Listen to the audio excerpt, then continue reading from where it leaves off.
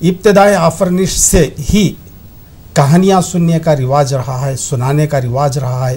بزرگ اپنے بچوں کو کہانی اپنے تجربات کی روشنی میں سناتے ہیں، یا ایک ماہر داستان گو مجموعے کو، عام مجموعے کو کہانیاں سناتا ہے، یا کوئی بوڑھا ایک نوجوانوں کو اپنے تجربات کی روشنی میں سناتا ہے، یا بڑھیا کوئی اپنے نواسیوں کو، پوتے پوتیوں کو کہانیاں سناتی ہے، یا کوئی بچہ اپنے ہم عمر بچوں کو کہانی سناتا ہے. یہ کہانی کا سلسلہ شروع سے رہا ہے، روایت رہی ہے. اسی لیے میں نے کہا کہ زندگی کا دائرہ اتنا وسیع ہے کہانی کے تعلق سے، زندگی کی، جس میں تبصرہ پایا جاتا ہے. اور اگر کہانی اور افسانے کے تعلق سے ہم بات کریں تو یہاں ایک اہم بات یہ ہے کہ افسانہ دور جدید کی دین ہے، مغربی ادب کی دین قرار دیا جاتا ہے.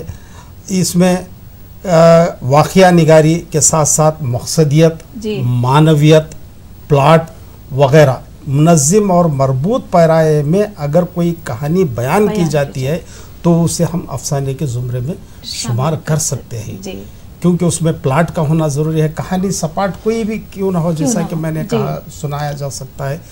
کہانی اور افسانے میں بنیادی فرق یہی ہے کہ یہ سلجھا ہوا انداز ہے. داستانیں کہانیوں کے روپ میں ناولوں میں ہمیں کہانیاں ملتی ہیں، دیگر اصناف میں ملتی ہیں، لیکن افسانہ یہ مختصر کہانی کا ہی ایک روپ ہے جس میں منظم اور مربوط پیرائے میں کوئی کہانی پیش کی جائے.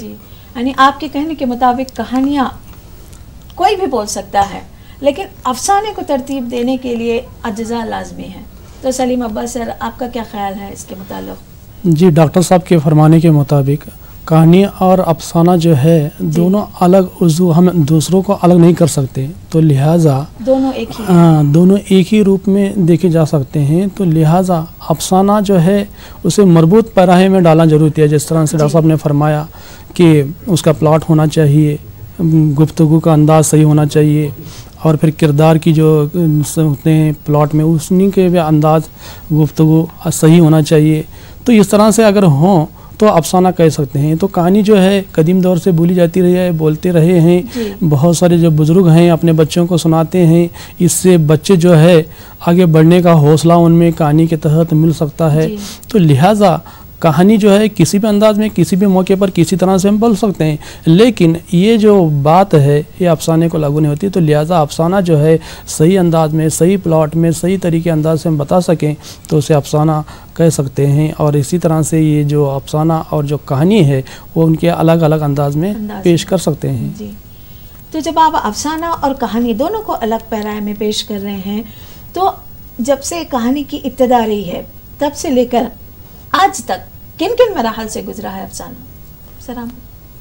دیکھیے، فکری داستان یا انسانی داستان یا زندگی یا فرد کے کسی ایک گوشے کو اظہار کرنے کا یہ جو ذریعہ ہے یا سلسلہ ہے، جیسا کہ میں نے کہا داستانوں سے ہمیں ملتا ہے.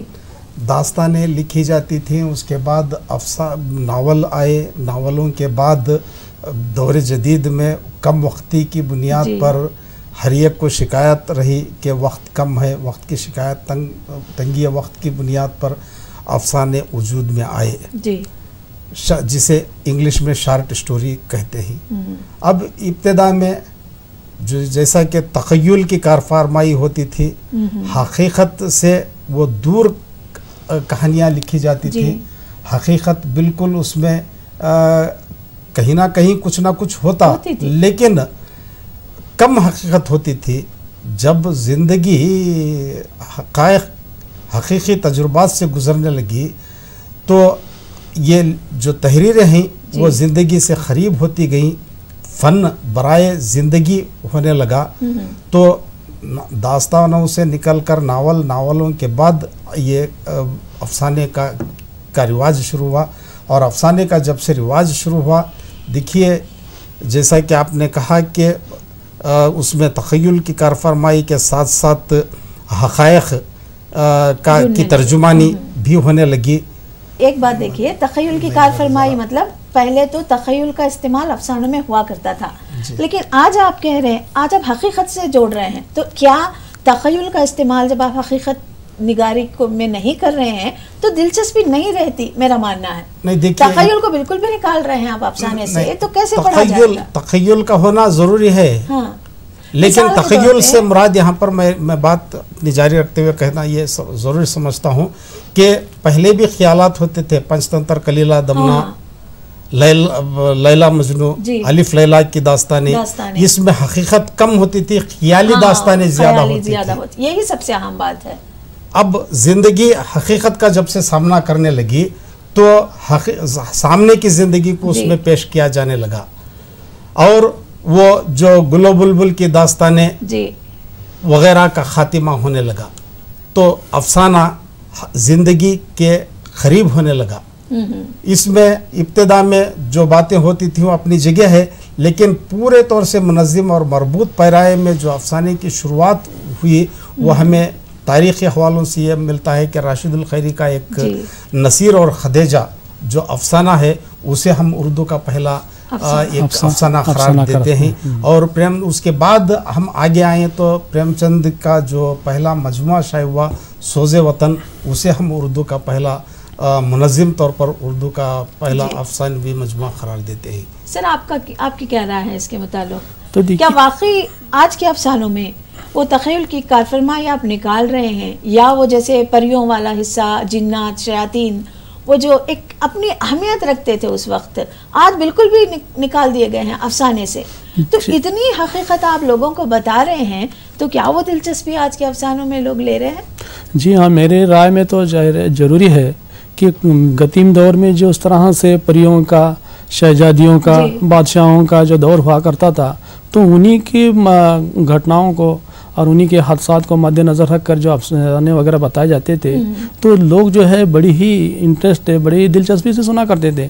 تو لہٰذا اگر ان چیزوں کو ہم ہٹا کر دیکھیں تو افسانے کا جو مضموعی جو دلچسپی رہے گی وہ بالکل بھی جاتی رہے گی. تو لہٰذا میں نہیں چاہتا کہ وہ اس طرح کا نکال کر ہٹا کر ہمیں افسانے ترتیب دیں. تو لہٰذا ان چیزوں کا کہیں نہ کہیں اپنی زندگی میں تخیل کا ہونا ضروری ہے، ورنہ اس طرح کی جو دلچسپی اس افسانے میں پائی جاتی ہے، موجود ہوتی ہے، وہ ختم ہو کر بالکل بھی رہ جائے گی، اور افسانہ اپنی کوئی مانوی جو حقیقت ہے وہ بالکل بھی کیا ہے کھو دے گا.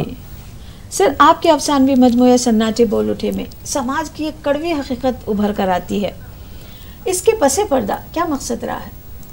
دیکھیے، میں حقیقت پر زور دینے والا ہوں. جی، زندگی ہمارے سامنے جو پائی جاتی ہے جہاں اسے پیش کرنا ایک فنکار کا اہم فریضہ ہوتا ہے.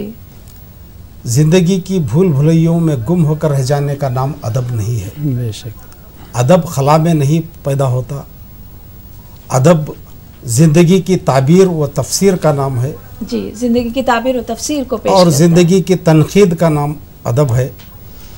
ہمارے سماج اور معاشرے میں ان گنت مسائل ہیں، جی، ان مسائل سے جوجھتے ہوئے انسان ہیں. ہمارے معاشرے میں جیتے جاگتے کردار ہیں. ان کرداروں کو اور ان کی زندگیوں کو ایک فنکار پورے طور سے ان کو دیکھنا، محسوس کرنا اور اسے پیش کرنا پڑتا ہے. لہذا میں نے حتی المقدور یہ کوشش کی ہے کہ سماج میں کئی مسائل ہیں، ان گنت مسائل آج ہماری سماجی زندگی، معاشرتی زندگی میں جو تناؤ ہے اور جو افراتفری کا عالم ہے، یہ کرب کی کیفیت ہے. ان کیفیات کو میں نے محسوس کرنے اور اس کو پیش کرنے کی حتی المقدور کوشش کی ہے. زندگی کے حقیقی روپ کو افسانوی شکل میں پیش کرنے کی میں نے کوشش کی ہے، کیونکہ فن برائے زندگی ہے. فن برائے ادب ایک زمانے میں تھا، آج فن برائے زندگی ہے. زندگی سے متعلق باتیں پیش کرنے کی حتی المقدور ہم نے کوشش کی ہے. سر، آپ کی کتاب ہار کی چوری میں زندگی کے ایک سچے رخ کو پیش کرتے ہیں. مطلب بڑا ایک کھڑا نظریہ آپ نے اپنی کتاب میں رکھا ہے. پھر چاہے وہ قومی یکجہتی ہو، یا ذات پات والا معاملہ ہو، یا اونچ نیچ والا معاملہ ہو، امیری غریبی، ان تمام باتوں کو بڑے خوبصورت طریقے سے آپ نے پیش کیا ہے. وہ جو تخیل کی کار فرمائی دکھائی نہیں دیتی یا کم دکھائی دیتی ہے، اس کی وجہ؟ تو دیکھیے جس طرح سے ڈاکٹر صاحب نے فرمایا، ہمارا جو سماج ہے، ہمارا معاشرہ جو ہے وہ بالکل بھی بے شمار لوگوں سے بھرا پڑا ہے، جس میں اچھے لوگ، برے لوگ، سکھ میں ہیں، کچھ دکھ میں ہیں، کچھ غریب ہے، کچھ امیر ہے۔ تو لہٰذا کچھ طبقہ ہے، یعنی جو غریب لوگوں کا طبقہ ہے، ان کی آواز دور تک نہیں پہنچتی، تو لہٰذا وہ بے شمار پریشانیوں میں مبتلا رہتے ہیں اکثر۔ تو ان کی آواز اٹھانے کا مقصد کیا ہے کہ دوسروں تک ان کا درد کو بتایا جائے، محسوس کیا جائے کہ کس حال میں لوگ جی رہے ہیں، ان کی حالات کیا ہے، ان کی زندگی کیسی گزر رہی ہے، ان کے گھر میں چراغ جلا بھی ہے یا نہیں، گھر میں اندھیرا ہے، کھانا ہے، یہ تمام طرح سے موضوع ہوتے ہیں، چیزیں ہوتی ہیں جسے کیا ایک افسانہ نویسی محسوس کر سکتا ہے۔ تو لہٰذا میں نے بھی اپنے بہت سارے افسانوں میں آپ نے دیکھا ہوگا کہ پیار محبت کا جذبہ ہے جو ماں اور بیٹے کے درمیان، اور اسی طرح سے اپنے دیش کی حب الوطنی کا جذبہ ہے، اور پھر سب سے پہلا تو ہم جب بھلے کسی بھی دھرم جات پات سے تعلق رکھتے ہوں، لیکن ہمارا یہ مقصد بننا چاہیے کہ پہلے ہم ہندوستانی ہیں، ہمیں اپنے وطن سے کئی جگہوں پر آپ نے پیش کیا ہے۔ میں جس طرح سے ہم اپنے دیش سے اپنے پیار محبت لگا رکھیں گے تو سب کچھ چیزیں جو صحیح طریقے سے صحیح طرح سے چلتی رہیں گی۔ تو لہٰذا میرے افسانوں میں آپ اکثر پڑھ کر دیکھیں گے کہ بہت سارے ایسی باتیں ہیں جس کا میں نے ایک طرح کا اصلاح اور ایک طرح کا ان کو سجیشن دینے کی کوشش کی ہے، اور ساتھ ہی ساتھ یہ بھی بتایا ہے کہ ہر دکھ کا نپٹارا کیا ہے، ضروری ہے۔ اور اسی طرح سے چاہے وہ ماں بیٹے کے بارے میں، جیسے آپ نے ہار کی چوری کا، اس میں دیکھا کہ محبت کس طرح سے ہوتی ہے دونوں کے درمیان۔ ایک بیٹا اپنے ماں کے لیے ممتا کے طور پر اپنی جان بھی تو کیا کم ہے، اس سے بھی بڑھ کر وہ تحفہ دے سکتا ہے۔ اور اسی طرح سے آپ نے دیکھا ہوگا کہ جنگ اور امن یہ کیا معنی رکھتے ہیں۔ تو دنیا آج دیکھیے ہماری کس طرح سے جنگ سے دوچار ہے، دنیا کا گوشہ ایسا کوئی نہیں ہے کہ جہاں پر کا جو نظریہ ہے یا رشتوں کی جو اہمیت ہے اس نے آپ کو اس نے بخوبی پیش کیا ہے۔ آپ کا ایک افسانہ ہے، شوہر کا خط بیوی کے نام اور بیوی کا خط شوہر کے نام، کیا یہ افسانہ حقیقت کے بالکل قریب ہے؟ حقیقت سے بالکل قریب ان دا سینس میری زندگی کے تعلق سے پوچھ رہی ہیں یا دوسرے کی زندگی سے؟ تو دوسروں کی کئی زندگیاں اس میں موجود ہیں، ذاتی تجربات اور مشاہدات بہت بڑا کام کرتے ہیں ایک تخلیق میں۔ بہت ممکن ہے کہ اس میں مشاہدات زیادہ ہیں، تجربے اور ذاتی زندگی کی کمی پائی جاتی ہے۔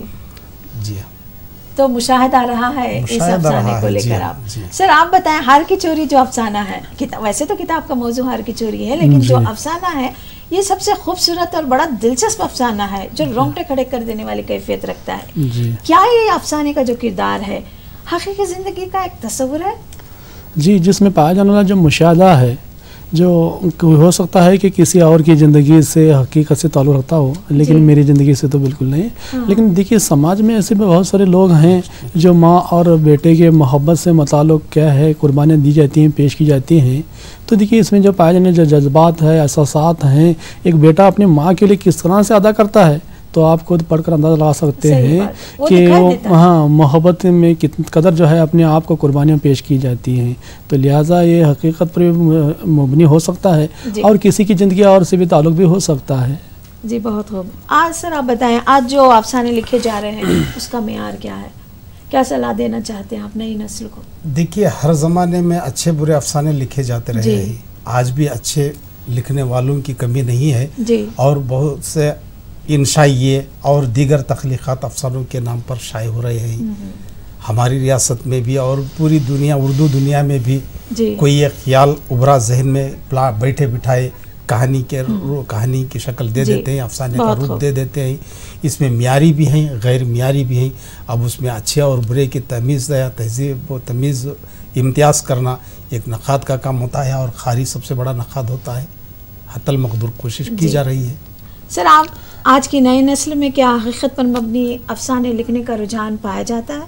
کیا کہتے ہیں آپ اس کے متعلق؟ جی ہاں، ویسے تو بہت سارے نئے افسانے نگار ہیں، افسانے لکھ رہے ہیں ماشاء اللہ، اور بھی بہت سارے جو لکھا گیا ہے، علم جو ہے جاری و ساری ہے۔ لیکن میں یہ چاہتا ہوں کہ لکھنے والا ایسا ادب لکھے جو بالکل بھی معاشرہ سماج کی کیا ہے اصلاح کا ضامن بن سکے.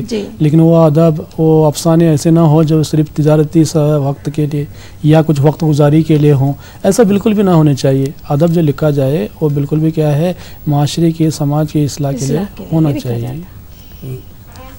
ناظرین، ابھی ڈاکٹر داؤد محسن صاحب اور سلیم آباد دیسائی سر افسانے کے متعلق اتنی دلچسپ باتیں بتا رہے تھے. دونوں کا کہنا ہے کہ حقیقت کے ساتھ ساتھ سماج یا معاشرے کی جو حقیقت ہے اس کے ساتھ ساتھ تخیل اور رومانی جو کیفیت ہے وہ افسانے کی افسانوں میں دکھائی دیتی ہے.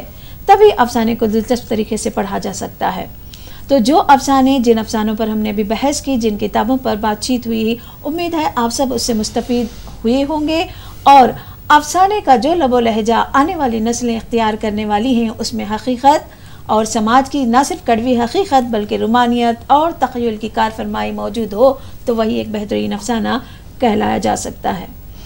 تو ڈاکٹر داؤد محسن سر اور سلیم عباس سر، ان دونوں کا میں ڈی ڈی چندرنگ کی جانب سے تہہ دل سے شکریہ ادا کرتی ہوں کہ آپ اپنی مصروفیات کو بالائے طاق رکھ کر یہاں تشریف لائے اور افسانے کے متعلق اتنی ساری اصلاحی معاشرے کی اصلاح سے جڑی باتوں کو ہمارے سامنے رکھا. بہت بہت شکریہ.